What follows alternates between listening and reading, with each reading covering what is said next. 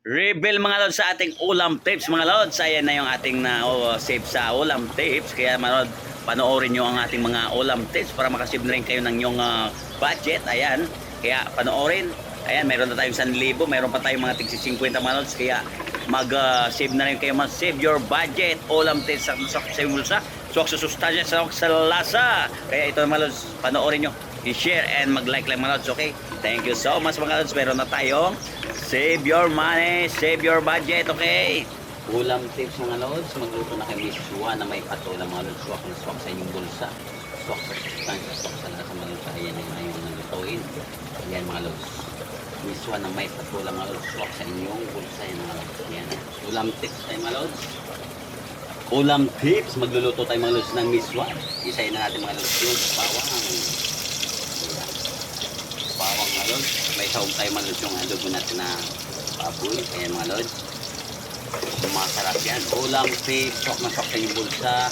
Swak sa lasa, swak sa sustansya mga lods. Yung ating miswa. Ayan. Lulutuin natin mga lods miswa. Ayan. Isayin natin yung mga lods. Ilagay na natin mga lods yung ating adobo. Yan ang ating sahog sa miswa. Hindi ka na mga lods mapapakad mga lods dahil yung inilutong adobo pag may sumubra mga lods, yan, pwede nyo pong sahog. Kaya swak na swak mga lods sa budget nyo yung ating niluluto.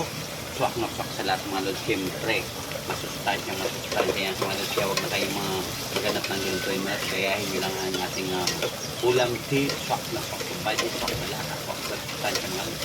Yan ang ating putang mga lods, miswa. Yan.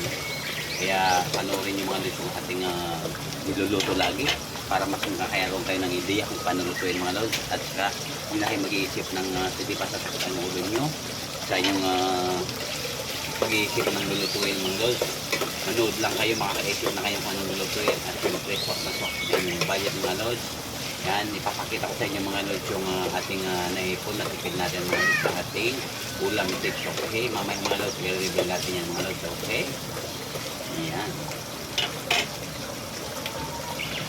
Yan mga lods, buhusan na natin mga lods yung ating gagawin miswa. Yan, napakasarap niya mga lods. Yan, dagdagan natin mga lods. Para mas lalo pang lumasa mga lods, dadagdagan natin yan ng 4 cubes. Ayan, may lumang pang langgam mga lods. So, napasarap yung langgam. Ilagay na natin mga lods yung 4 cubes. Lods, lagyan na natin malos pampalasa. Lagyan natin ng pamienta. Yan yung durog na durog malos para mas lalo pang sumarap malos. Lagyan na rin natin malos ng konting asin. Kaunti lang malos. Yan malos. Pampalasa natin ng magic sarap. Yan. Kaunti lang malos para hindi masyadong katawan. Yan. Na mga lods, dahil kumukulo-kulo na mga lods ang yung isip sa pagbabudget mga lods, ito na mga lods ang gayahin nyo upang mabudget nyo yung budget mga lods. Siyempre, miswa yung mga lods. So ito yung miswa mga lods, napakasarap nito mga lods. Ayan mga lods, miswa yan mga lods. Yan, ilagay na natin yan, miswa. Yan mga lods, miswa mga lods, mas masarap yan. Napakasarap yan mga lods. Miswa ng bayan. Yan. Sulit na sulit yan mga lods.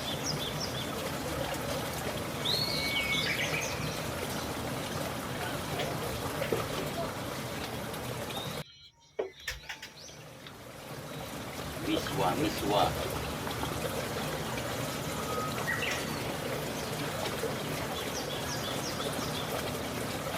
Yan, nilagay na natin mga lods yung patola para mas lalo pang lumasa, mas lalo pang sumustansya ang yung nilulutong ulam tips mga lods yung ating miswa. Yan ang lasang Pinoy.